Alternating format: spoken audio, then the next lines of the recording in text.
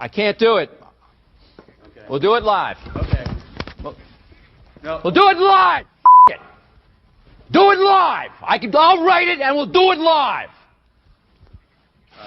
Thing sucks. Here we go. It's another edition of the Daily Puck Drop. It is your daily sports podcast here on this Monday, and lots to talk about from the Limbeck Lumber Studios. Contractors, they're going to take care of you. They got free deliveries, everything from whole house packages to homeowner DIY projects, the largest stock moldings in the Northwest. Old school service. They've been doing it since 1930. Big thank you to Limbeck Lumber for making the Daily Puck Drop and Puck Sports possible every single day. Give them a call, 206-782-3487. Visit them at limbecklumber.com. Visit me on social media, Puck Sports everywhere except for TikTok, the only one, Puck_sports there. And jump on over to pucksports.com, and we put all of our shows up there every single day, both video and audio. And plus, you can sign up there to become a Pucks Posse member, which supports everything that we do here daily. Plus, you get bonus shows every single week, including our Game 1 ALCS preview, Inside Pitch with Ryan Divish, that came out yesterday right before the game with special guest Tim Booth and Adam Jude of the Seattle Times. Now, on Monday, Wednesdays, and Fridays, ladies and gentlemen, we are joined by a legend from a shed in Bend, Oregon. It is the go-to guy, James Moore. Hey, Puck, my special thanks to Brian Turner from Clean Streak, a professional cleaning business in Oak Harbor. He also has a professional Christmas lighting business called Bright Owl Lighting. Commercial or residential, Bright Owl Lighting can do the job for you. Give him a call at 360-675. That's 360-675-2034. Trying to hurry this up for your benefit, Puck, okay, for a free estimate, or visit brightowllighting.com. Sorry, Brian Turner. My thanks also to Brad Brotherton at Brotherton Cadillac in Shoreline and Brotherton Cadillac and Brotherton Buick GMC in Renton. Experience the difference that family-owned hospitality makes in the car buying process at brothertonauto.com. And Matt Baker, he was probably happy as hell on Saturday like I was because the Cougs covered against Ole Miss. He owns the Angry Beaver in Greenwood, 100% gluten-free menu featuring the best brisket in town. Check out the Mariners. First pitch today at 2 p.m. at the Angry Beaver in Greenwood. There you go. Well, we got a lot to talk about. Yes, we do. God, we've got the M's, Seahawks. We'll touch in at the Cougs at some point. God damn it, that was almost one of the best upsets in school history. All of it. You believed, I did not believe. You covered all of it. But the Mariners, where do you want to start? Obviously, we'll start with them. What direction would you like to go in with the Mariners game last night? I mean, does it begin and end with Bryce Miller? I think so, Puck. I don't know how it couldn't. I mean, there were other heroes too, and I'm sure we can get into Cal, Randy Arozarena, the catch that he made, the stolen bases, the insurance run that he added, and Polo, what he did, and even the relievers. I mean, they were sensational. Everything about that game was so unexpected. I think everyone was still riding that high from Game 5 Friday night, the emotional victory in 15 innings over the Tigers, and you kind of thought, well, hope they win tonight in Toronto. But if they don't win, we understand. Their flight was delayed. It was a quick turnaround. And yet, look at the Mariners. I don't think – and I normally don't get down on broadcasters because I know how difficult the job is. But it seemed one-sided. I didn't notice it until my wife started talking about it. But it all seemed like it was Toronto this and Blue Jays that. Oh. I got that feeling where, and I think part of it stems from what David Ortiz was saying, that, everybody's back east. And when the games start at 10 o'clock back east in the evening, they're not really catching Mariner baseball. Mm-hmm. And so I think they're just catching up to what's going on here in Seattle. And damn, that was fun last night, wasn't it? It was. Oh, he sounded pretty excited to me. How do you think John Schneider is feeling this morning? Not very tough to pitch to when you execute your pitches. Yeah, he's not very tough. Yeah, he's not very tough to pitch. And that was a year and a half ago. I don't fucking care when it was. It was stupid then, and it's stupid now that he said it. Well, he's singing a different tune now, though. Did you hear his comments yesterday? Yeah. Did you consider walking him intentionally? And they might consider doing that, especially with the history that Raleigh has against the Blue Jays, especially at Rogers Center. He's hitting 200. Yeah. He's singing a different tune now because he doesn't want it to be a storyline. But did you see? I'm telling you, you know this, that every time Cal Raleigh's going up to bat, he's thinking subconsciously about that comment. Look at his reaction after the home run. He looks back at the crowd. He doesn't really ever have an angry look on his face. I guarantee it. He'll never say it because he's not that type of player. He'll never outwardly come out and say anything about John Schneider. But I think he loves playing that team. I think he loves playing against him. And I think when he was rounding third, I think he wanted to look over there and just be like, F you. I'm going to do it all series long to you. You walk me if you want. I'm going to do it every goddamn time you pitch to me. Because I just think that, that comment he made, and that he's tried to walk back, is stupid. It was just dumb. When do you ever have a manager talk like that about a player? Never.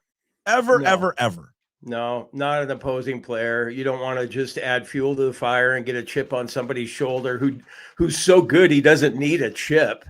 So, yeah, that was a great moment last night for him to hit the home run when he did, because you started thinking, oh, man, Gausman, he'd retired, 16 in a row to that point?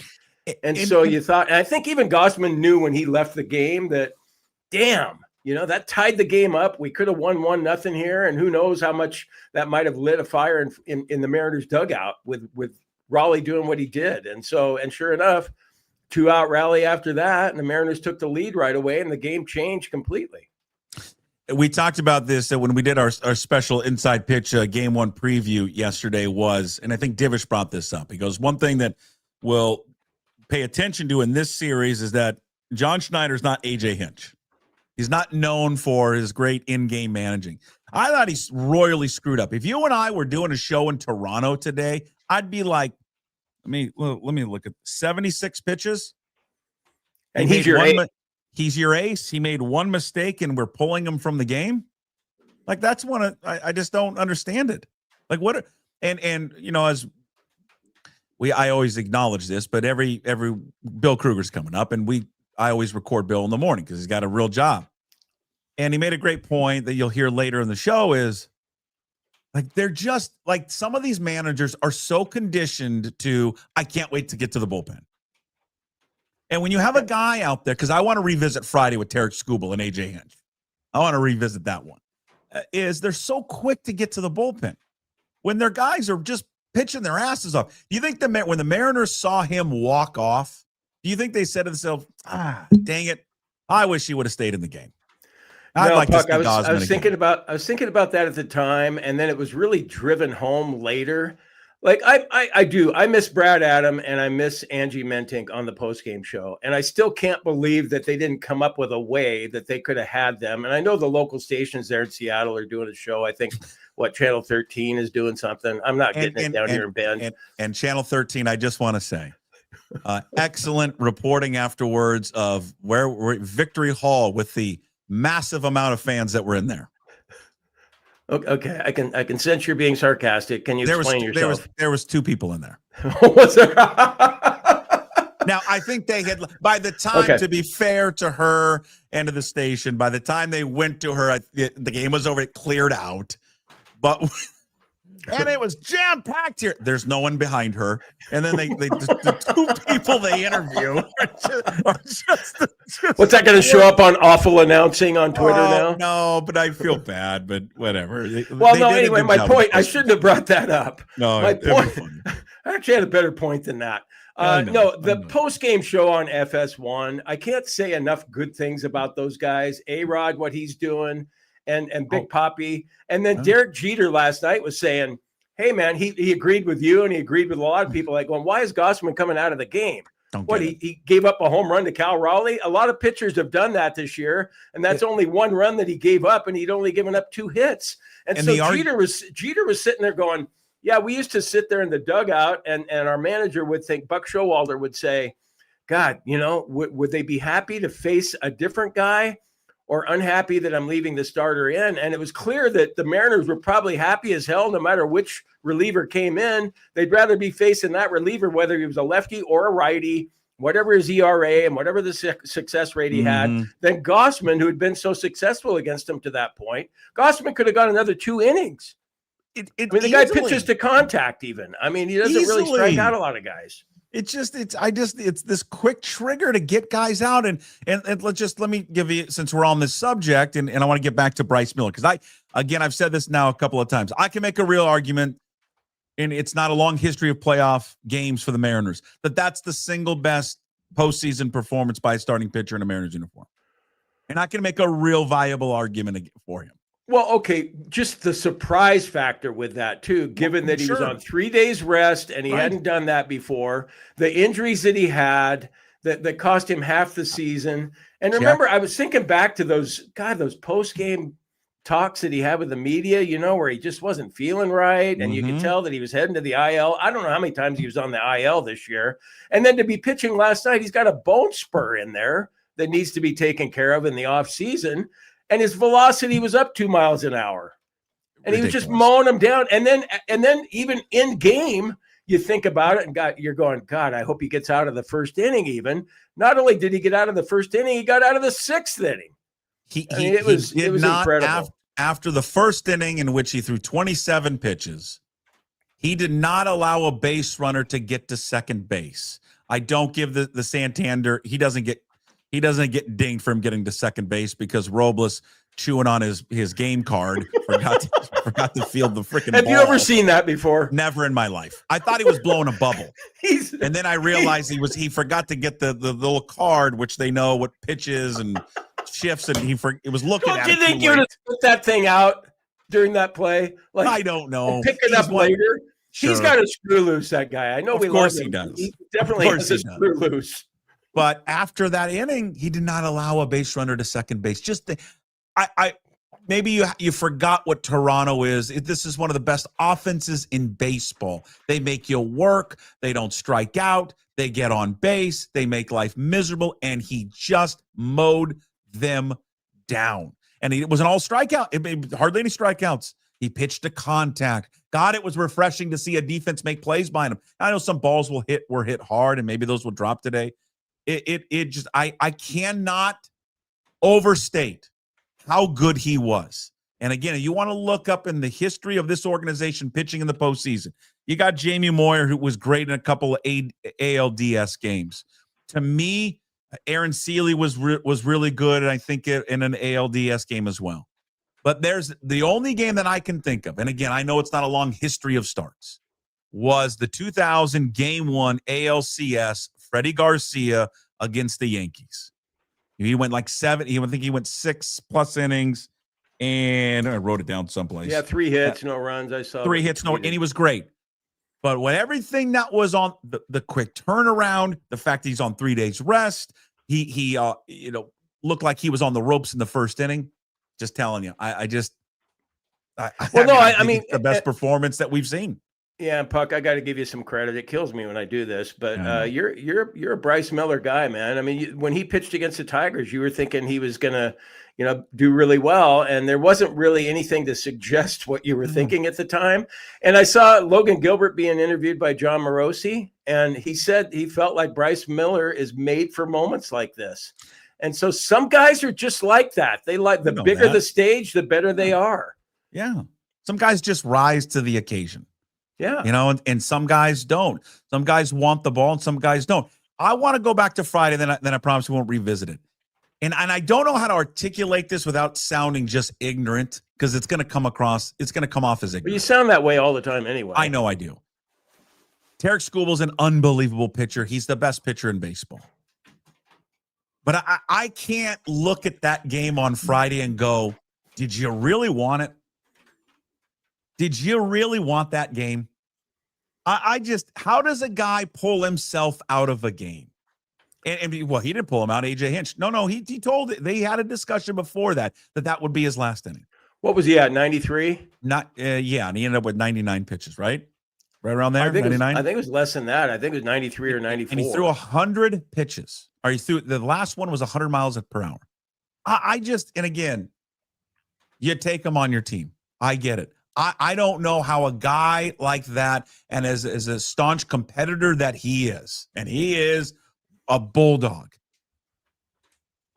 There's bulldogs, and then there's like Randy Johnsons of the world. He's not at Randy Johnsons of the world, because Randy Johnson, if Lou Pinella's coming out there and telling him you're coming out, he's telling him to fuck off. I'm not coming out of the game. It's just, you're not taking me out of the game. Zero debate. And if I'm Tarek Skubal and AJ Hinch is telling me I'm going to come out, I'm like, no, I'm not. I'm not coming out. I don't care that my career high is 107 pitches. They can't hit me. They can't touch my changeup. It's over. And if you pull me right now, they're happy that I'm out. It goes back to the Gausman thing. They're happy that I'm out of the game. And I just think you look back on that one, and I just got to question Tarek Skubal a little bit, just a little bit, and go, man. Yeah, I don't know, though. It's the manager's call, though. Maybe Skubal wanted to stay out there. No, they said it. They both acknowledged that it was the last inning. Well, maybe he was trying to do it as a team guy. I don't know. I don't know, Puck, but I'm with you on this, because if I'm Skubal, I'm thinking of these pitchers nowadays. It's just this mindset that I got 6 innings. It's Eric Bedard. Eric Bedard was ahead of his time. Yeah, Eric Bedard. Eric Bedard. He got 100 pitches. I'm done. Yeah. I know I'm older than dirt. I do recognize that. And I yell at clouds sometimes, but I go back to a time when there were 4-man rotations and guys were going on 3 days rest. And if you go back and you look at the pitch counts of guys back then, and they were, again, 3 days rest between starts, 100, 110, 120. It's almost like every time it gets close to 100, it's like you go, okay, you hear Goldsmith going, yeah, they're warming up in the bullpen, because you know that 100 is like the drop dead date. It's not going to happen. If I'm Skubal in that game, I'm going, hey, look, Skip, this is a do or die game. We go home if we lose. That's what I'm saying. I've got 120 in me tonight. Okay, I've got 125 if you need it. That's my point. And again, that is a mindset I think that these guys used to have, and I just don't think that's the mindset anymore. It's just not. It's like, I'm at 100. Can't do anymore. I gave you everything, and he did. He was unbelievable. But I don't think there'd be I really don't think there'd be second guessing No. either. Like, let's say Skubal went out there, and on the 110th pitch, somebody hits a grand slam off of him, and then Hinch would be getting questioned, like, why'd you leave him in so long? Well, shit. He's going to win the Cy Young Award again this year. He's the best pitcher I have. I love my relievers, but they're not nearly as good as this kid who used to pitch at Seattle U at Bannerwood Park. I mean, come on. He'd be getting second guess, but he'd have a good comeback for it. Yeah. What else? Polanco continues. We're all on the Polanco boat before the beginning of the season. We all thought that he should have been coming back this offseason. He was. None of us questioned that. None of us questioned that at all. And he's slugging 462, and he's just, Friday night, which was incredible. We haven't talked since Friday night, and then what he did yesterday, and it's just been a whirlwind this weekend, man. I mean, that Friday, it just took so much out of you, like as a fan, as someone that's watching the game, and then it's just such a quick turnaround. You didn't even get to enjoy Friday night. No, because that was such a bonus. What happened last night, because it was like. Yeah. Hey, wow, they won? Yeah, they won. I mean, right. and now you look at them and you sit there and you go, well, let's see. It's never happened before, but they're 3 games away. Yeah. And if they could steal another one and take a 2-zip lead back to Seattle, and then you're set up with Castillo, Wu, and Kirby when you come back to Seattle. Come on. Now what? They didn't beat your 5th best pitcher, and you beat their best pitcher. Now this kid worries me that they got going today. I mean, this kid, Savage. Yeah, he's going to be tough. I mean, I imagine the Mariners will strike out 10 times today, if not 11. Well, he struck out 11 against the Yankees. Yeah, he's pretty. Krueger's got a great breakdown on him. He's pretty diabolical, this guy. But we'll see. It's a hell of a story. He started out at low A this year, single A, and now he's here. He is in the ALCS, and hopefully nerves get to him. Yeah. It's crazy. And we'll see. I mean, I don't think it's a gamble. I understand what Dan Wilson's doing. It was a curious decision. I thought for sure that this was going to be Castillo and not Logan Gilbert. But, Logan Gilbert's pitching on less rest through more pitches. But, they've decided to go with Gilbert. And I get it. Listen, Gilbert, you can make an argument their best pitcher on their staff. So I understand it. And especially if they get it today, then you're like, that was just a genius move. But, they've got other probably stats that they look at and matchups and all that. But, the road splits wouldn't suggest that Gilbert's is any better than Castillo. And then their numbers against Toronto wouldn't suggest that as well. So, God, I got to admit, I'm still scarred by Castillo giving up home runs from time to time. I get it, especially on the road, and so it wouldn't surprise me if he gives up a couple today. Honestly, well, he's not going to be pitching today, but he might. Who knows? You don't really know who's going to be pitching anymore with these guys. Well, maybe not. I would doubt Castillo pitches today, but I mean, their bullpen's rested now. Yeah. You go with Gilbert and let them loose. They got the off day tomorrow, and then think about this. You got Wednesday, Thursday, and think of the guys that you have left now. You mentioned you got Castillo, Kirby, who's been great, and then Wu. I mean, hopefully Wu's ready to go. We still don't know like definitively if when he's going to pitch, but yeah, they are. It's just in an incredible spot. I would say this because you kind of touched on it. You didn't use the word, and maybe I'm just nitpicking here at semantics, and I tend to do that. I don't think they stole the game yesterday. And I understand why people say that, but to me, when I hear someone say they stole the game, it suggests that they were lucky to win. That's how I interpret it. Okay. Now, maybe others don't interpret it that way. That's how I interpret it. And I don't think they were lucky to win. They were the better team. They out-hit them. They play better defense, minus Robles.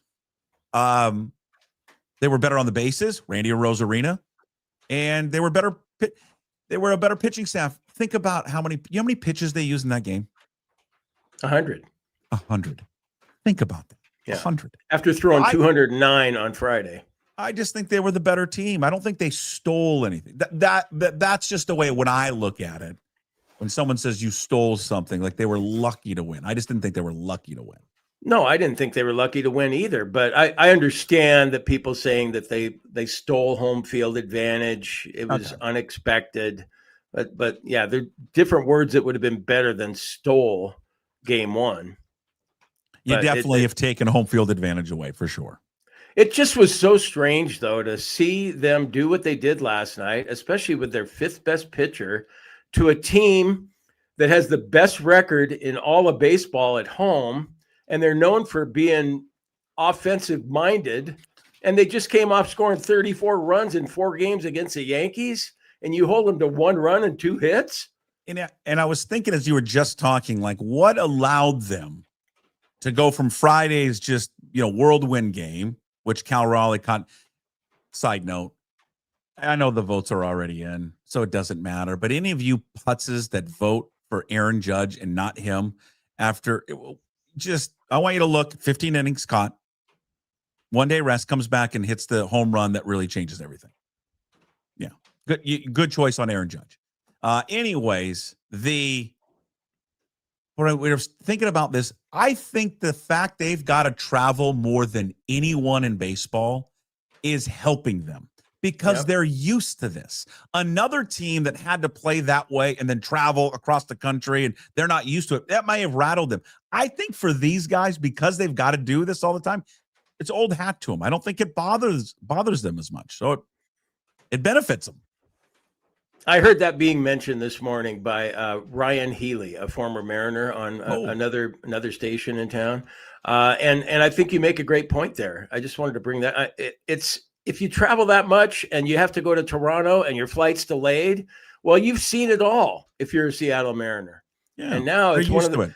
It could be, and the other thing that might have benefited them in a weird way, and those guys on FS1 were talking about it in the post game, is you want to continue to play. You want to keep playing. You don't want you don't want that time off. Now look what happened. Detroit had that tough series against Cleveland, and they came in and stole game one from the Mariners. And the Mariners, they're playing scrimmage games. They're having 5,000 people come out to watch them and trying to stay ready. Well, they weren't quite ready enough to win game one, and so maybe it worked in their favor last night.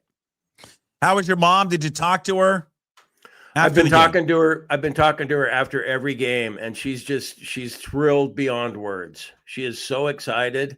And I told you before we started the day, after my kids, when they went to game 5, they FaceTimed us after the Mariners won, and Mikey and Stevie were both not just crying, they were sobbing. And so it's so meaningful to so many people, you know. Sure. And I know you're giving me a hard time for my kids crying, but they were just so taken with the moment, just so overcome. Were they wearing a Savannah Bananas hat when they were crying, or just no, they have their normal Mariners Savannah Banana hats? No, and I just it teared me up, you know, when you see your kids that excited and having that much fun. And there's a lot of people in Seattle feeling that way because this is a long time coming. I'm not saying anything insightful here. I mean, Christ, they've never made it. They've never made it to the World Series. Well, we have gone almost 30 minutes. We haven't talked to, we've done a lot of Mariners. We'll continue to talk a lot of Mariners. Obviously, they got game 2 today coming up in the afternoon, which I know everyone's going to be upset about, but whatever. It's 2:00 and deal with it. We haven't even touched on the Seahawks. I mean, that was nice win. Move on. Defense played great. Jackson Smith was sensational. I love the Seahawks in that game. I bet $40 on them, give them 1.5 or whatever. And partly because I just felt like they're a better team on the road than they are at home. And Jacksonville coming off that big win they had over Kansas City, I thought there might be a little bit of a letdown. And but it's just night and day, the defense from against Tampa Bay, and they couldn't stop Baker Mayfield at all.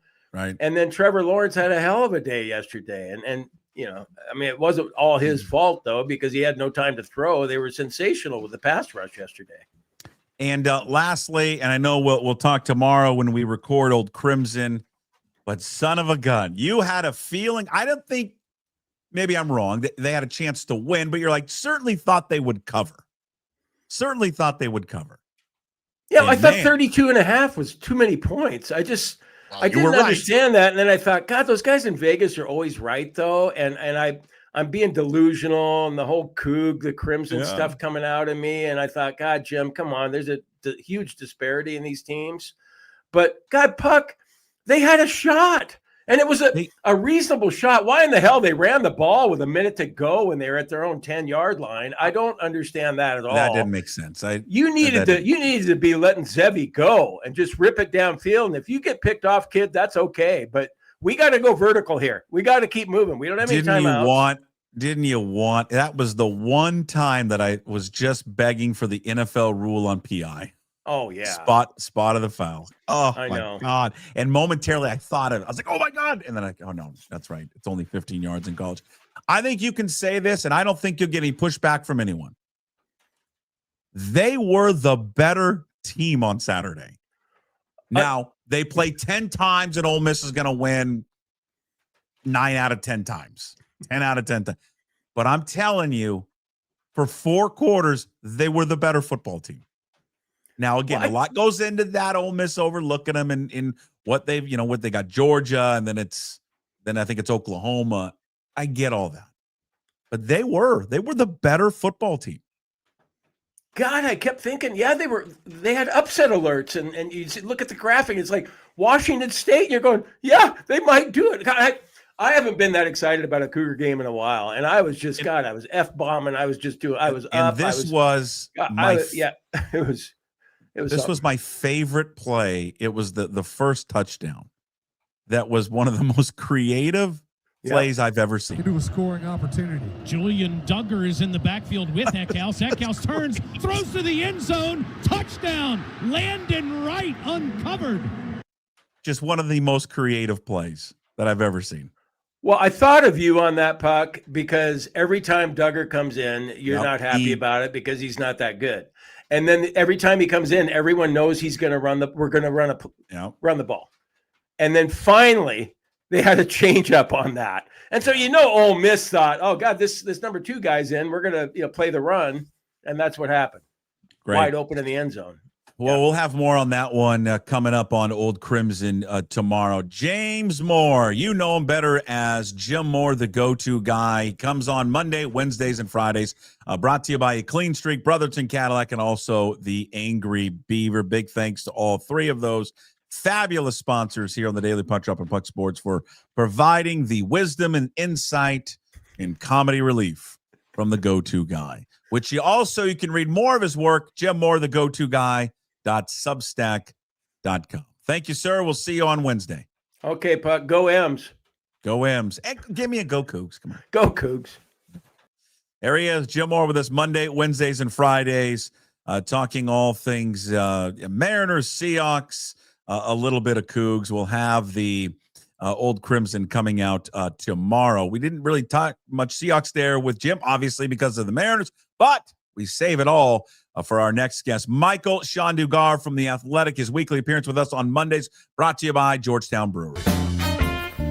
Drink Georgetown Tavern Beer, your new locally brewed domestic-style lager. 4.2% alcohol. Cheap, good, local. And Michael-Shawn Dugar from The Athletic joins us right now here on the Daily Puck Drop and Puck Sports. Of course, the Dugar Report brought to you by Georgetown Brewery. Mike writing there for The Athletic, also host of the Seahawks Man-to-Man podcast, where you can find anywhere on YouTube and all podcast platforms, and author of the franchise story on the Seattle Seahawks. Palm trees are in the background for Mike. He is yet to leave the beautiful state there of Florida and Jacksonville, and he joins us to talk about a Seahawks 20-12 victory over the Jaguars. Where do we start first? Mike, where do you want to go? Let's start with the defense. Is that cool? Can we do that? Yeah, we can. That front was unbelievable.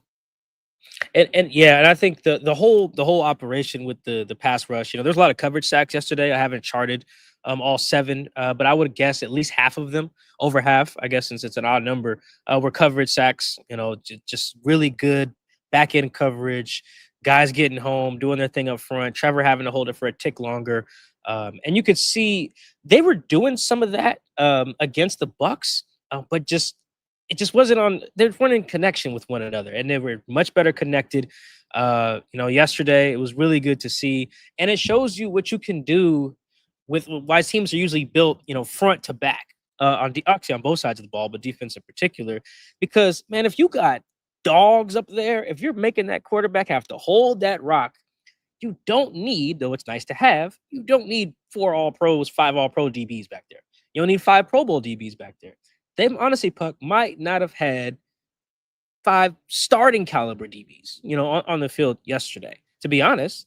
And they had 7 sacks, because when you got guys up front like Leo wrecking shop, Byron wrecking shop, D-Law was wrecking shop, Chenna was wrecking shop, even Boye always had his, just weekly good rushes that don't get home against Trevor. When you have that, yeah, you can get by with Ty back there. You can get by with the Shaquille Griffin coming up off the practice squad. He didn't know he was going to play till Friday, I think.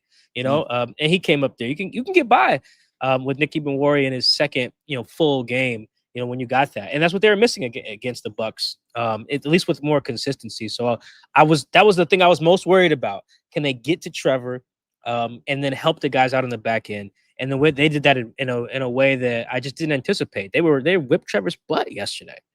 I couldn't decide if it was that Lawrence wasn't good, or that offensive line wasn't good, or it was just Seattle's front was just so dominant, because they looked just completely different from a week ago. I mean, Lawrence is everywhere. Byron Murphy continues to have just a sensational second season. I mean, every time that he dropped back, he was looking to run because there was just pressure in his face. Yeah, it's everything. It's everything, all the above. Their front was good. That was probably, I haven't watched all 6 of Jacksonville's games. I think I watched like 3. That was probably the worst I've seen their front play in the 3 games that I've watched in totality. So I'm sure Jacksonville fans and their coaches are probably mad about that. Like, why we picked today, after the Chiefs game to just regress in the way they did. I watched Liam Cohen's press conference, the head coach of the Jags, last night. I was watching it. He gave a lot of credit to the Seahawks, and as he should. They did some good stuff up front. Guys were coming free. Nicky Benwari, I thought, was going to end up with it feels like he should have had 3 sacks yesterday. He was on Trevor. Trevor was getting rid of the ball, or Nick was setting stuff up for other guys. So their scheme was good. The front played bad. And then, I haven't gotten through the defensive film yet, but they were covering back there. Shaq was covering. Job was covering. Their linebackers were getting into their drops. Kobe was keeping a lid on stuff. It was it was a really sound and disciplined effort, and that was what they needed. The Bucks game wasn't a case of guys just getting cooked and just couldn't cover, getting jumped over, and it was a lot of, wow, why is everyone open? And you see what happens when guys just aren't wide open. The quarterback has nowhere to go. You and I have discussed this before. I think right before the season, and I think I'd mentioned this, and I said I'm wrong a lot, Mike, and I like admitting when I'm wrong. There's some people in this industry, they don't like to admit when they're wrong. All right, you know those people. We all know those people. I had some serious reservations, and we talked about what does a wide receiver one look like to you and to the rest of the league. And I thought, listen, I love JSN, but I don't know if he's that guy, like that guy that carries your offense as a true number one wide receiver. Well, I'd like to go back to when we did that show and just burn that tape, and then so no one can ever listen to that again. He is, I don't know what else to say about him. I mean, he's just truly remarkable. What he's doing and the numbers that he is putting up, the fact, 8 catches yesterday, $162, leading the league in yards. What else is he leading the league in? Is he's yards per route? Catch? Yeah. It's just all of it. He is following up last year's season, and he's going to put together even a better season, Mike, where he is going to has a chance to almost shatter every single season record that this organization has. Yeah, the thing I was most curious about was, could Jackson be, because I wrote while DK was still on the team, I want to say, I have to look it up, in December or November of last year, I wrote an article. I remember the fantasy guys picked it up, which is why it sticks to me. I was like, Jackson's playing like a wide receiver one in Seattle. This is while DK was on the team and while DK was healthy as well. So that part doesn't surprise me. What I was curious about was, can Jax be a wide receiver one on a good offense? There's a lot of guys who are the one. You play fantasy enough, you're like, oh, I got this guy. He gets a bunch of targets, but the offense stinks. Right now, that's like Jalen Waddle, for instance. He's probably going to finish with a good statistical year on a bad offense, as the one. Right, we saw even I think a good player, Devontae Smith, as the one on that Eagles team before AJ showed up. There was a ceiling on that. He's a really good player. He's probably the best example of that. Jackson's the wide receiver one on an offense that's kicking ass. These guys are really efficient, really explosive. It's not like Jackson's just catching a bunch of 5-yard curl routes and a bunch of dink and dunk slants. Like, Jackson's letting it every week. They connect. I think every week they've hit on something of at least 35 yards, maybe 40. Like that. I didn't think they'd have that in them. It's that route. It's not the, everyone's going to go to the touchdown, the 61-yard. It is the route on the sideline in front of Jacksonville. Oh, the out route. It's just, if you're into wide receiver route pornography, and that's a thing out there, I don't know if people know that, that's the one that you're going to watch over and over again. It's a clinic. It's a clinic how he ran that route and turned that defender just backwards. And in I guess my thought with him going into the season was, and this is it based on not being a wide receiver one. It's like, I think of how that wide receiver one should look like, from a physical standpoint, and he doesn't look like that from a physical standpoint. Yeah, I actually just talked to their receivers coach. Sorry to cut you off, but I talked to the receivers coach, Frisman Jackson, about that last week for a story that I'm running ahead of Monday Night Football. I'm glad he went off too, because my story wouldn't have hit as hard if he had like 2 for 30 yesterday. He goes for $162. I'm like, oh, this is. I text my editor. I was like, this is perfect. Let's run this Jack story. Probably, I don't know when we'll run that, but a little teaser there. But I talked to Frisman Jackson, their position coach, and I was like, are we in the middle of a paradigm shift of what a wide receiver one looks like? And he was like, yes. We're not in the place where you got this big body X that looks like a Terrell Owens, a DK, you name all the big receivers over the Des Bryants, whoever, Megatron, Julio, these guys that line up outside the numbers, one-on-one, and they can beat you. They win in a phone booth. That's just not the game right now. The best receivers, the wide receiver ones in the NFL now, are the guys who can move everywhere.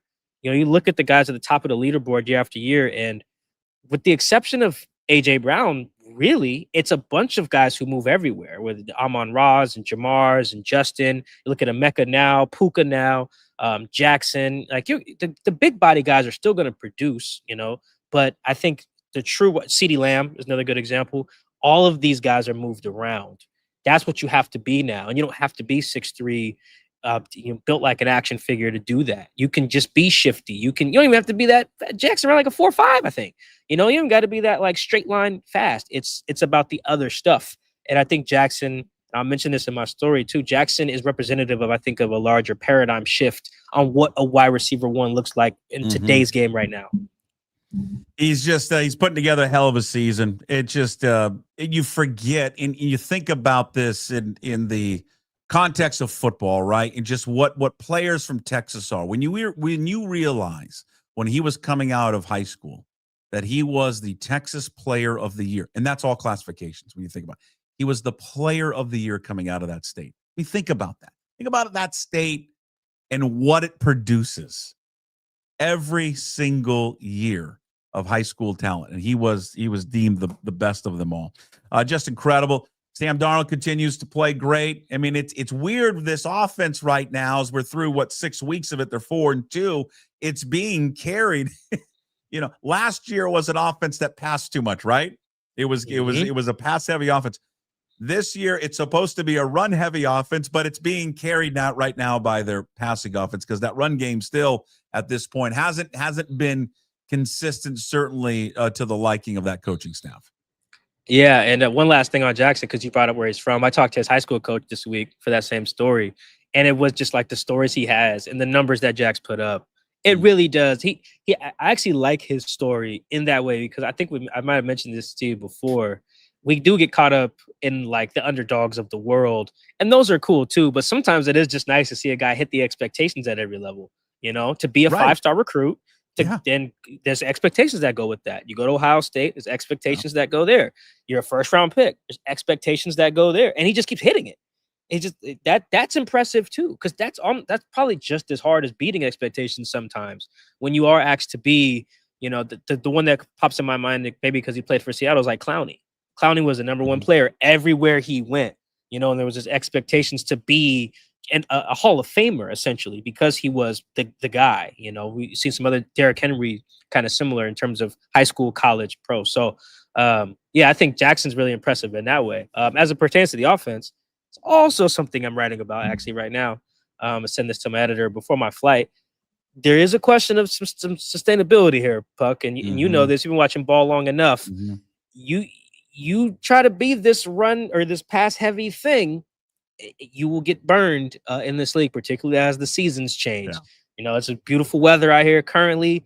It won't be that. There's going to be some ugly rainy days. It might be ugly in Nashville. It could be ugly and nasty in Charlotte. The playoffs they could have to go on the road and play somewhere like Green Bay or something like that. Honestly, even in good weather, you got to be able to run the ball. And where it bothers us too strong. But what concerns me, Puck, is why these games are closer than they should be at the end. Look at the ways they put the nail in the coffin in their wins. It's throwing the ball.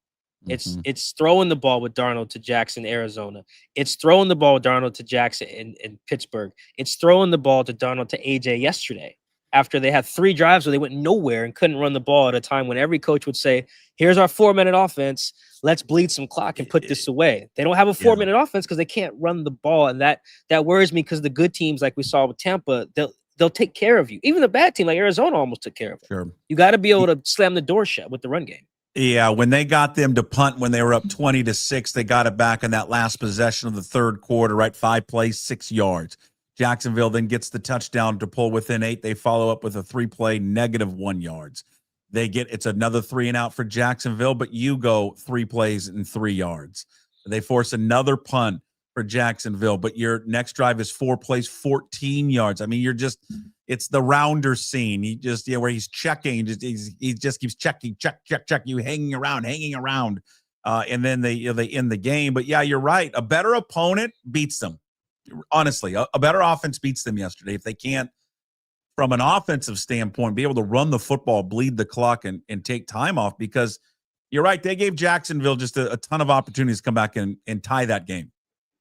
Yeah, I mean, Pittsburgh, too. Pittsburgh had its ops there. The kid with the special teams, the kickoff, that kind of threw the math of that game off.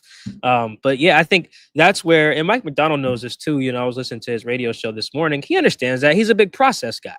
And their process can be critiqued right now, even though their offense is great. It's a top 10 offense, super efficient. But even if you don't look at the numbers, you definitely can watch the game and be like, man, why is this game close? Why is this a one-score game right now? If you're a Seahawks fan, you're like, we're better than these guys right now. And the answer you're looking for is what you just described. They gave Jacksonville 3 shots at a game-tying drive. And credit to the defense, which is why I want to start with them for hold and serve, in the fourth quarter. But there's a world, as we saw in Arizona, they won't always do that. Yeah. As we saw in Tampa, they won't always do that. As we saw with the Niners, they won't always do that. Eventually, you need to be able to just buck up, put together one of those 9-play or 10-play 5-minute drives where you get a bunch of, third down conversions, bleed the clock, blah, blah, blah. And even if you kick a field goal at the end, you go up 2 scores. They haven't done that yet. And I think it's emblematic of a bigger problem with their run game, which is very inefficient. The Dugar Report with Michael-Shawn Dugar from The Athletic. His weekly appearance with us brought to you by Georgetown Brewery. He is also an author of the franchise, the Seattle Seahawks. You can find that wherever you get your books, online, physical store, all of it. And also Seahawks Man-to-Man podcast. Find that up on YouTube and all podcast platforms. What am I missing? Missing anything? That's everything. That's good. It's a good little summation. Yeah, right there. We almost had him. We almost had Ole Miss. Oh, man. We almost had him, Mike. You know what, Puck? It sucks now because now I have expectations again. And we'll see how Jimmy handles that. Because I was kind of ready for whatever. I was streaming the game on my flight, and I was like, oh, and then we scored first. I said, oh, wait a minute. Yeah. Wait a minute now. And then it stayed close. Great. And I was texting all my guys in my group chats. I said, well, now I want to go beat Virginia, because now I have expectations. Like, if we can do that, not to say every team is the same every week. We're talking about college kids, but if we can have that fight, because we fought. And that's, at the end of the day, Pete used to always say, I judge a good coaching job by whether my team had a chance to win in the fourth quarter. And that started to stick with me a lot. And he's right. Do we have a chance to win? Yes, we had the ball with the chance to go win. Mm-hmm. If you have that every week, if you can fight to that point, your team is there. And you should eventually finish those off. But now I expect us to go beat Virginia. Like, if we get wrecked next week, I'll be pissed, because I know what type of fight we can have. It's the life of a sports fan. All right, safe travels home, Mike. Appreciate it as always. We'll talk next week. I appreciate it, Puck. Go Cougs. There we go, Cougs. There he is, Michael-Shawn Dugar from The Athletic. Our weekly visits, again, brought to you by Georgetown Brewery, makers of Manny's Pale Ale, Bodhisattva IPA, Rogers Pilsner, and their new Tavern beer. Tasting room is open. Beer garden open daily, 10 a.m. to 8 p.m. Visit georgetownbeer.com. In case you missed any of Mike's appearance, it will be up on YouTube and also all podcast platforms, Apple and Spotify, and pucksports.com, a part of today's daily puck drop here on Puck Sports. All right, let's get back to baseball. Bill Krueger, host of the Old School Baseball podcast. You can follow him on social media, old_school_MLB. He joins me every single Monday. We catch up in the mornings, and we talked a lot about that Game 1 victory, Bryce Miller's performance. We revisited a little bit of Friday because I haven't talked to Bill since that amazing Game 5 victory and the decision to go with Logan Gilbert over Luis Castillo in Game 2. Bill Krueger, Old School Baseball, right now on Puck Sports. As he's back with us, it's Bill Krueger, Old School Baseball, host of the fabulous podcast where you can find on all podcast platforms, Apple, Spotify, wherever you get them. Also, follow him on social media at old_school_MLB. Bill Krueger, I know we've got Sunday to react to, okay? And we're going to get to Sunday because there's a million storylines. But can we just go revisit Friday for a quick second? You and I haven't talked since Game 5, Friday, 15 innings. Give me your thoughts, players that stepped up, reaction to that incredible game. Well, it spoke true to the Mariner way. They went back into their old playbook, the battle of attrition. And when you start digging deeper into pitching staffs, and you start to say to yourself, well, we've got to use starting pitchers in relief roles.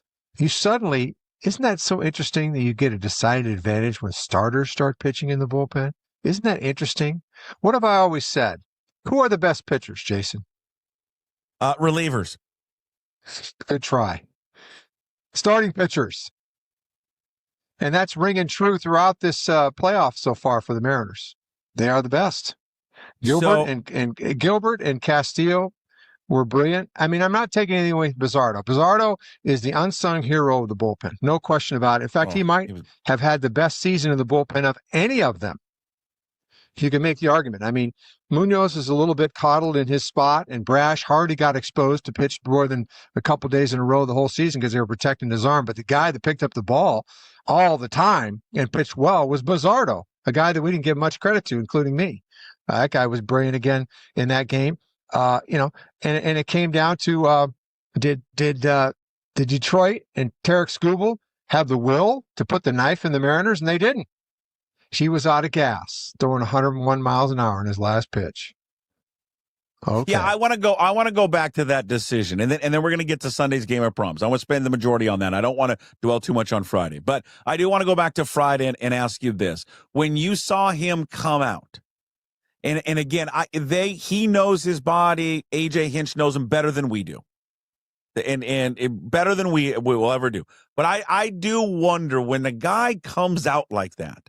How hard he was throwing. And I know, and I get that he understands this was going to be his last inning and all that. Far be it for me to question anybody, Bill, but I just, your season's on the line. And I don't know. I just think for Tarek Skubal, I'm not coming out. I don't care that I've thrown 107 pitches the most in my entire career. I'm dealing. I'm not leaving. What your thoughts on that? Well, they've collared starting pitching, even the best. They're not asked to pitch more than 6 innings, 7 at the most. They just aren't. Nobody throws complete games.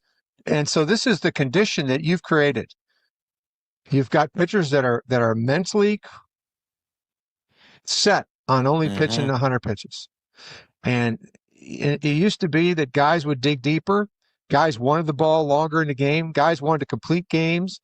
Managers watch pitchers knowing the best pitcher was on the mound, that being their starting pitcher, and they let the eye test, not the clicker, determine when a guy comes out. Yeah. Certainly there's matchup. Certainly there's situations. But when you got the best guy in the league on the mound and he's taking names, you got to ride that horse to the finish line. That's Secretariat, and he's at the third pole in the Belmont. And you're going to say, no Triple Crown. We're going to the stable and bringing in, Beto Bomb. Come on. What are we doing? Yeah. What are you thinking? It's a shame. I mean, it's great for the Mariners. And I'm not saying that it would have definitely sewed up the game for the Tigers. Nobody's saying that. But you got to force the issue with the best guy in the league who's taking names. You have to. It's. Well, I would ask anyone. I would ask anyone that would push back on that one. When the Mariners saw, or whoever saw that guy leave the game, do you think they were relieved or not? Of course, they were relieved. 100%. They were relieved. Their psychology.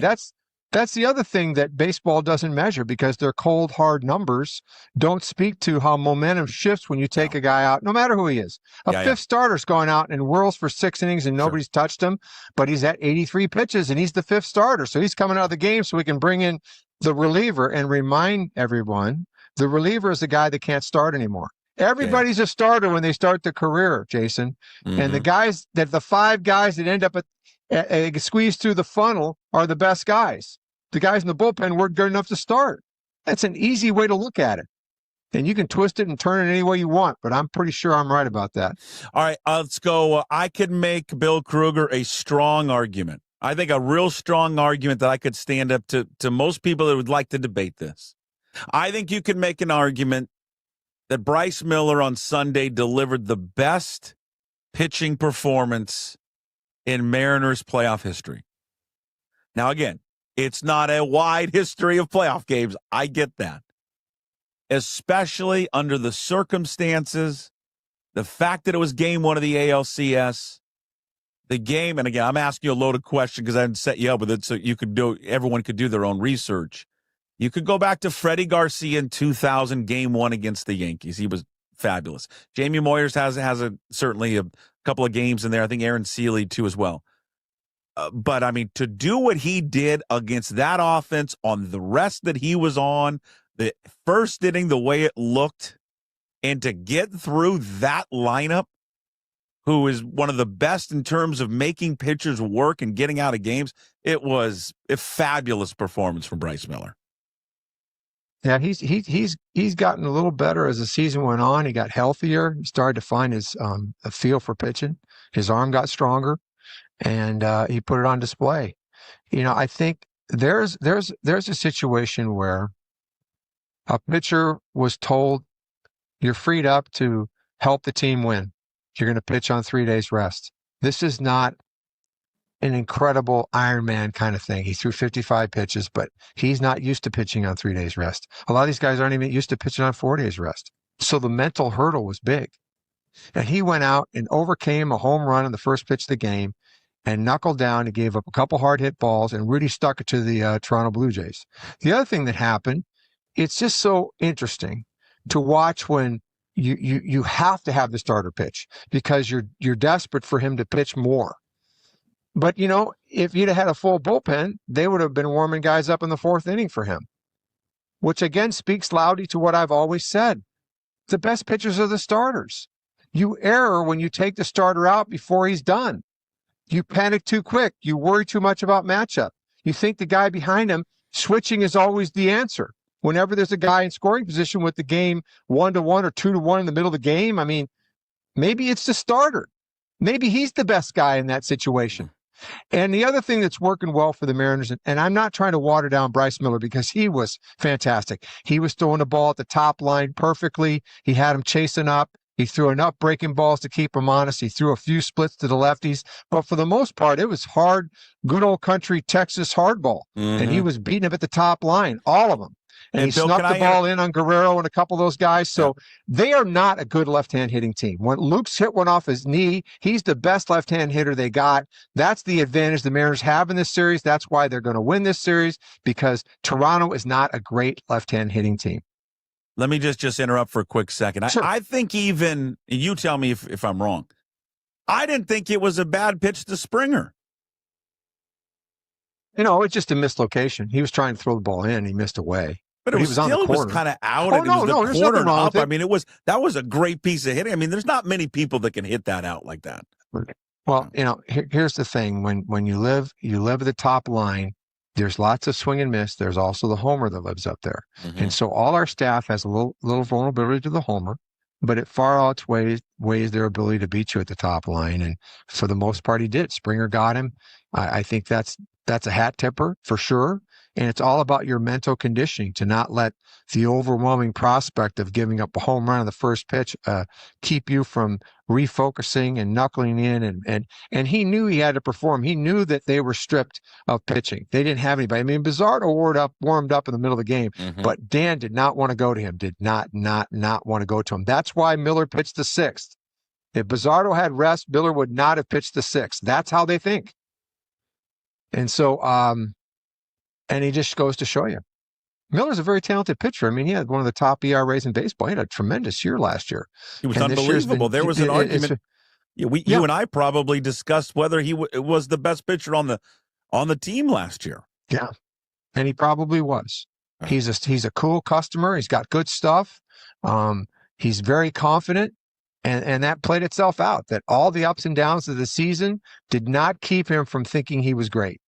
And when they asked him to do more, that they put him on the spot, it just goes to show you, some guys cower and some guys don't. And he didn't cower. He stepped up big, and he was brilliant. He was great. And he didn't rattle. He was efficient. He went right at him.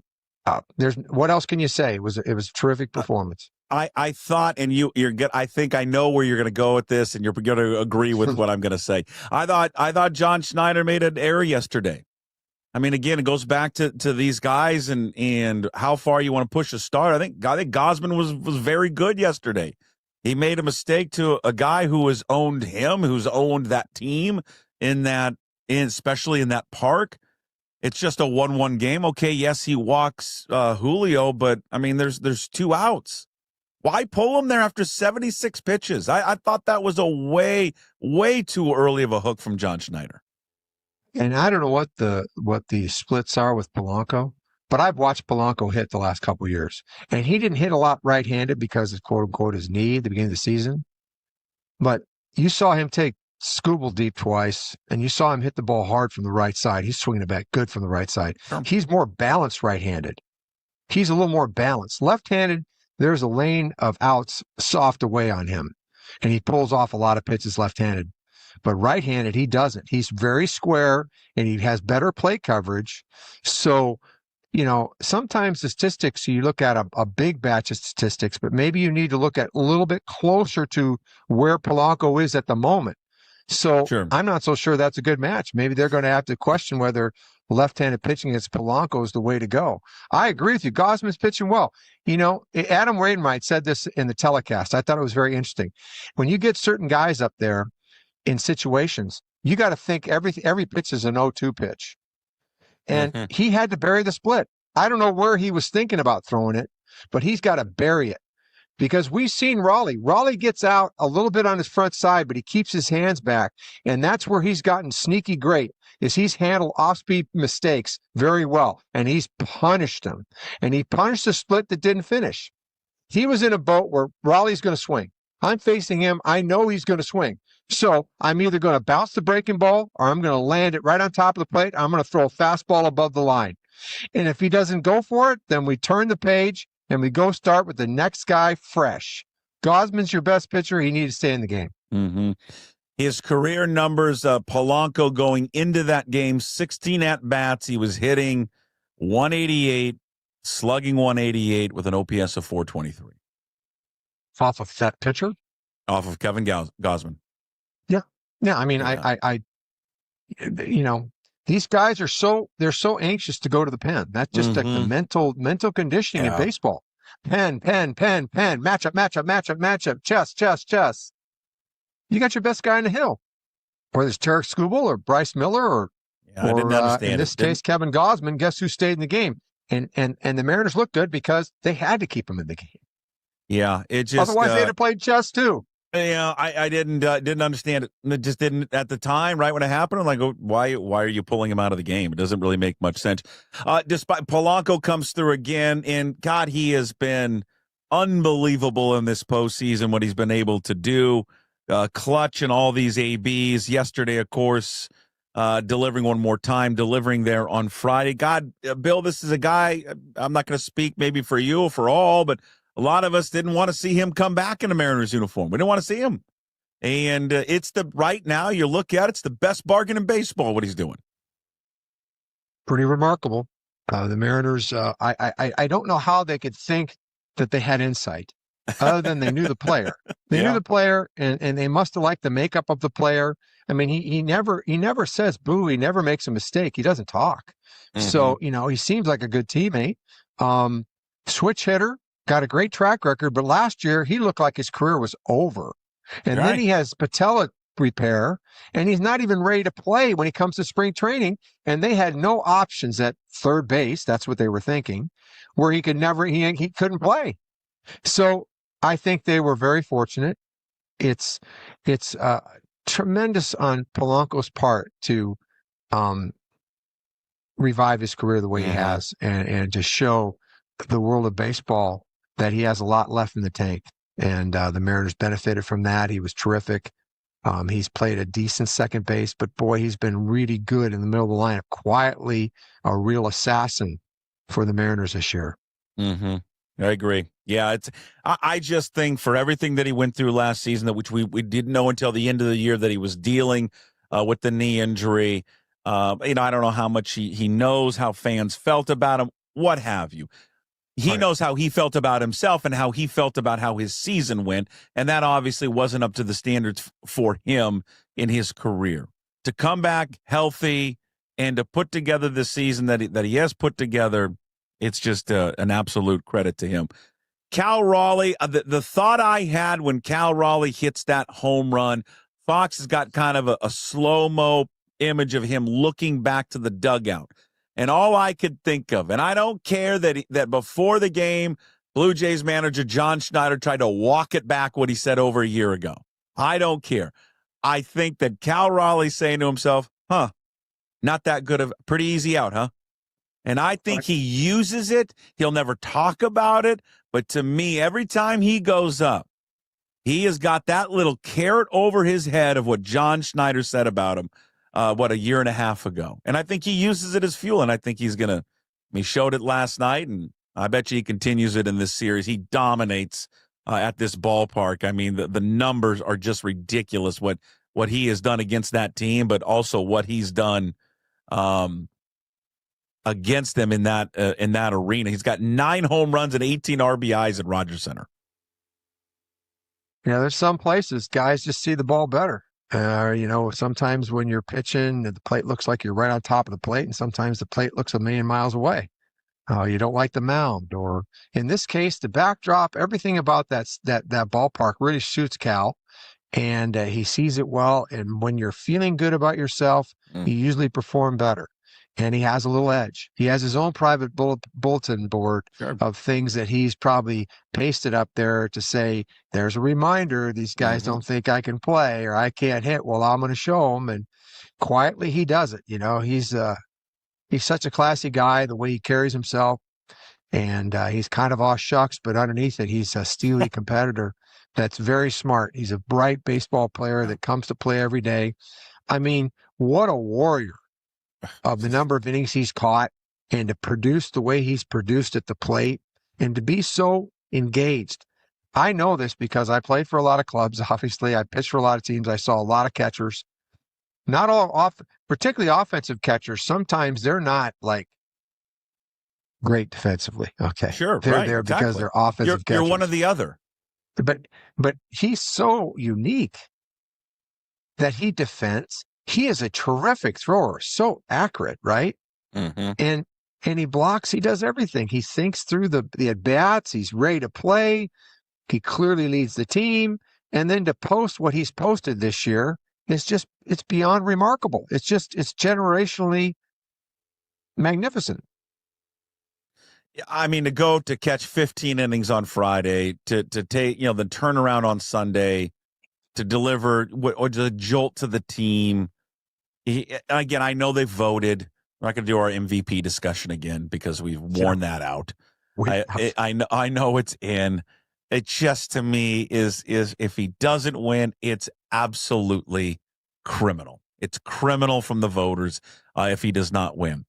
What about the decision to go with Logan Gilbert today in Game 2 rather than Luis Castillo? Castillo is on much more rest. Castillo only threw 15 pitches.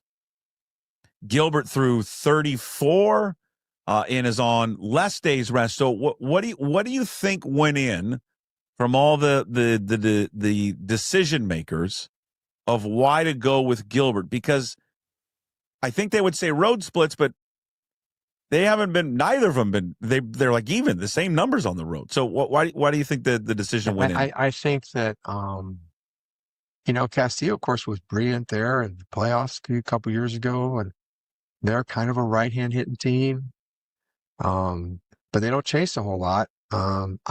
It's hard to say. I think there's some recency bias. I think didn't Castillo get knocked around by those guys at Toronto earlier in the year? I think he did. I'll look it up for you. I think he did. I think you can look it up. I think he did. I think he got hit around. So that could be what's sitting in their head. That's just recency, right? Okay. I'm good with the decision. I mean, I like Castillo's medal, but Gilbert's the toughest guy to hit in our staff. Yep. Without Wu pitching, he's the toughest guy to hit on our staff. So why not go ahead and you know how I felt about the beginning of last series? I would have started Gilbert Game 1. And who pitched the best of that series? Gilbert. Yeah. So I'm fine with Gilbert being there. I think he's the toughest guy to hit. He's got unhittable stuff, and I'm going with Gilbert. So they're going with Gilbert. I'm fine with it. I like Castillo a lot, but at this point in his career, Gilbert's just the better pitcher. Yeah. The numbers though, Gilbert against the Blue Jays, a 5.24 ERA. This is just in his career. Gilbert on the road, 4.74 on the road this year. Now at Rogers Center's in his career, a 2.79 ERA. So we'll see. They both pitched great down the stretch in September. Very even numbers, ERAs under 3. Yeah. Now it does give them the opportunity. Well, whoever would have pitched in this game, it does give them the opportunity to then flip around. You would have Gilbert then for Game 6. You have the rest day. Then Castillo, who's obviously been much better at home. Now you've got Castillo in 3, and it makes a decision now. Does Wu pencil into 4? Is that the time you see Wu, or do we see George Kirby there? We'll have to wait and Boy. find out. I don't know. No one knows really what Brian Wu's status is right now. The problems that of excess of riches, right? Mm-hmm. You've got not Think even about talking that. about Wu. We're not even talking about Wu, and it's hard to pick who to pitch, right? I mean, they're just loaded. Yeah. I mean, when Miller pitches like he does, this is an incredible starting staff, and we didn't really know that Wu was going to be the best guy in the staff, and he's laying in the weeds. We don't know what their situation is with him, how healthy he is, and I don't think they've said much. I haven't heard anything, so I don't know what the plan is. I mean, I certainly I wouldn't want to put Brian Wu at risk. Yeah. But I think that's going to have to weigh in their decision. It could end up being a pretty disappointing thing for him because he might be just fine. But they certainly don't want to take any risks with him. Because they don't have the ability. When you've sat out for a couple weeks now, and even a little bit more, if you're in the regular season, you're going to maybe send him down to AAA and let him pitch. Let him pitch an inning or two just to make sure everything's okay before you bring him up. They don't have that opportunity. Mm-hmm. So, because you can create any kind of simulation you want, but like I've said, Jason, it doesn't really come completely. You don't get complete visibility on how healthy you are until the guy that's at the dish is trying to take food off of your family's plate. Okay. If it doesn't get to that point, you don't know if you're 100% healthy. What's the approach? They haven't seen today's game 2 starter, the rookie Trey Savage, 6'4", 225, big kid. His postseason start against the Yankees in 5 1/3. He struck out 11. He walked 1. What is the game plan against him this afternoon? He's fastball split like Gausman, but this guy, he comes from the Smith Tower. He's got the highest release point in the league, I believe. And he's coming dead downhill, and that split falls off the table. I mean, it falls off the table. I watched him just carve up the Yankees. They had no chance against him. And he's got enough juice at the top line to keep you honest. So this is going to be a lot like facing Gausman, but he's got a nastier split finger. So with the Mariners being kind of the aggressive posture that they have, it's sort of, if you don't want to get to 2 strikes because the split's going to be hard to hit, right? So, you're going to have to hunt the fastball up and hopefully you get it because that's the pitch you can handle. He doesn't throw 100. He throws 95, 94, 95, and doesn't throw real hard, but he's deceptive and his release point is really high. So he gets really downhill angle on the plate, which, there's a reason why there's a hill and there's a reason why baseball likes tall pitchers because the more you create downward angle on the bat, the harder it is to hit. Just think about it. The ball's going like this. The bat's coming through on this flat plane, right? Right. That's why relievers or guys that throw sidearm, they only come in because they create a deception of vision because their ball is on the same plane as the bat. Downward angle matters. Now we've seen the reverse of that with the high strike zone, the Brian Wu's of the world that upshoot the ball, the Castillos of the world that have sort of defied the physics of pitching. But from forever and a day, downward angles matter. Does he remind you at all? You mentioned the fastball and then split finger. Is there anything that reminds you of how Gilbert pitches? Yeah. I mean, they both throw the split. I mean, he throws his. Gilbert's is a forkball because he's taking spin off the ball. His ball comes in, it knuckles. He's throwing a forkball. It's a forkball. You can't. He throws it, 80, 82. It's a forkball.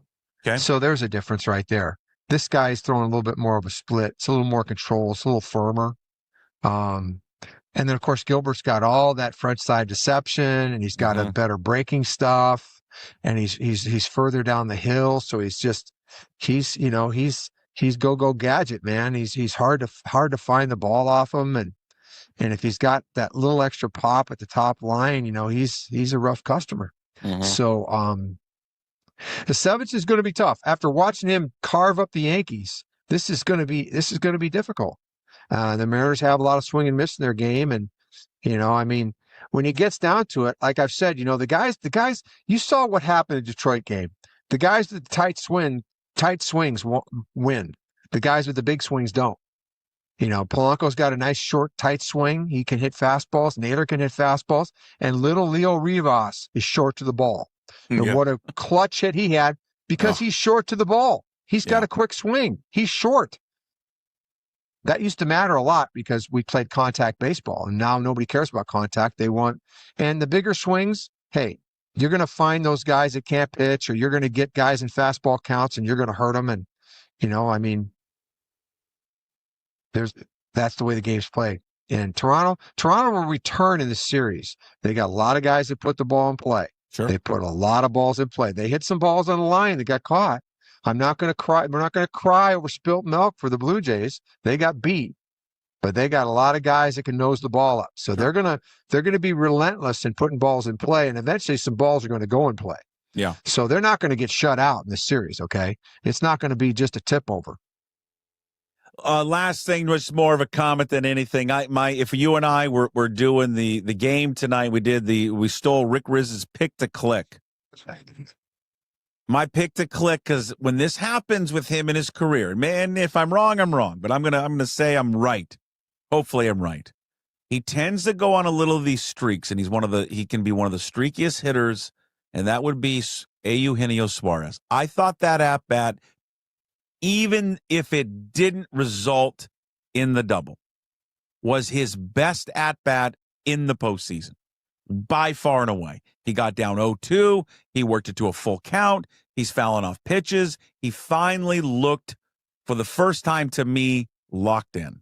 He ends up getting the double, nearly misses a home run. When he gets like this, he could get on a streak and get on a real heater.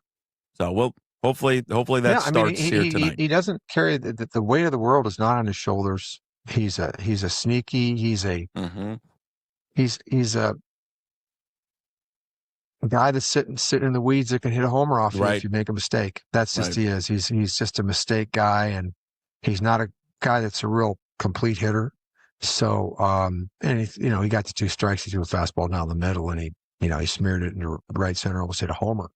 I think it's great. Pick him. Yeah, why not? Yeah, let's go. He doesn't get unnerved by anything. That's for sure. I would lean on the clutchest guys on the team. That's how I think. The clutchest guys are, in my opinion, Naylor's clutch and Crawford's clutch. I mean, even he didn't come through 2 or 3 times yesterday, but he hit balls right on the money, right at the second baseman. He hit the ball hard. Crawford is a problem down the order for because he's a tough out. And Naylor's just a good hitter. Naylor's a good hitter. There he is. We'll watch it all develop and unfold. Game 2 of the ALCS coming up later this afternoon. They'll have a day off, then they'll return home for 3 there in Seattle. Bill Krueger, podcast host, Old School Baseball. Find it on all podcast platforms. Also follow him on social media, Old School MLB. Bill Krueger, thank you as always. It was a pleasure of mine, Jason. Always with you. Thank you. There he is, Bill Krueger, host of the Old School Baseball podcast. And again, a reminder, every single Monday with us. And you can follow Bill on social media at oldskool_MLB. In case you missed some of it, the entire Bill Krueger appearance up on the Daily Puck Drop and also there on YouTube, and then the audio platforms, Apple and Spotify. And, of course, everything up at pucksports.com. When we were discussing there was some news coming out on the Mariners. Let's give you the latest. Adam Jude of the Seattle Times reporting the Mariners are planning to start Brian Wu on Friday in Game 5, if necessary. He threw a live pitching session around 25 against Leo Rivas, Miles Mastrobuoni, and Harry Ford. The plan is for him to throw around 50 pitches in that game. He said after the session today, Wu, quote, "It's been a huge positive. It was a huge positive. It's as good as it could have been." Also, the Mariners announcing that the Game 3 starter on Wednesday in Seattle will be George Kirby.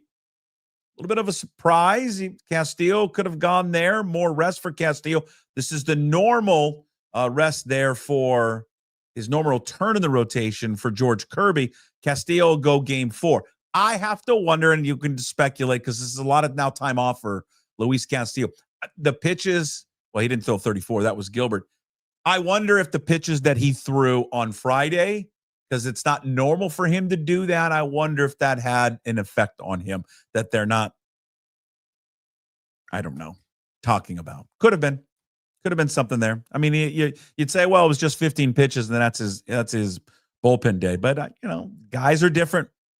And something that he hadn't done before. Maybe there was something that came out of it, a little bit more fatigue that they thought he could use an extra day rest. You just think about the pitching depth that this organization has right now, that he's going, Luis Castillo, he's going to go game 4. He's stupid. And you haven't even used the guy that's been the best pitcher in Brian Wu. And you may get him back there for game 5. And it sounds, if he does pitch in game 5, that's what they're targeting, around 50 pitches. That is the latest. Adam Jude, Ryan Divish, Tim Booth, all on boots on the ground in Toronto, SeattleTimes.com.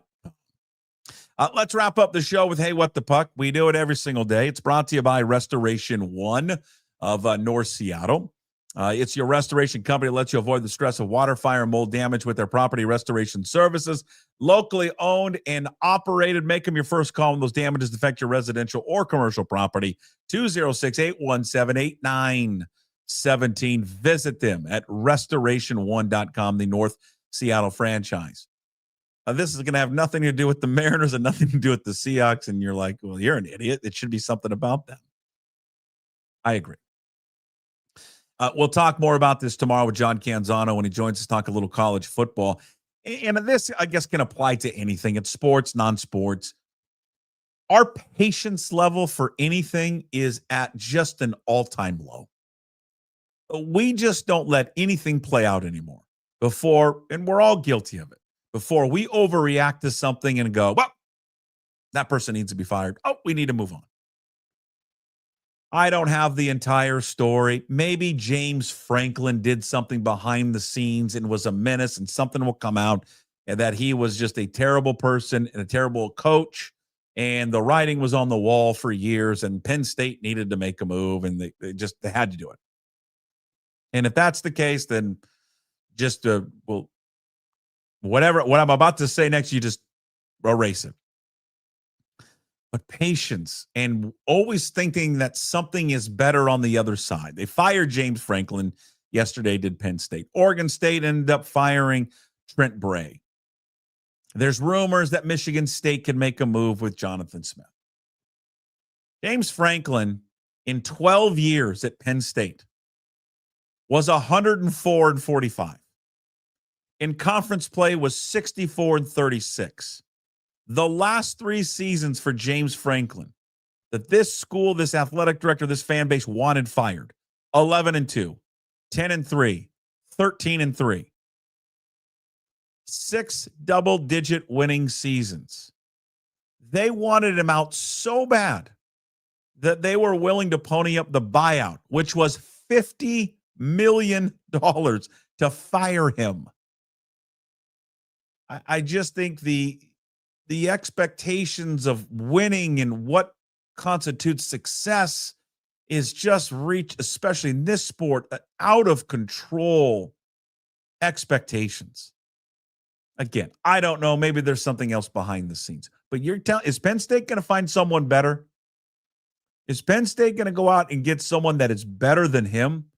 And the first person that has been rumored for the job is Matt Rule at Nebraska. And you're like, well, why Matt Rule?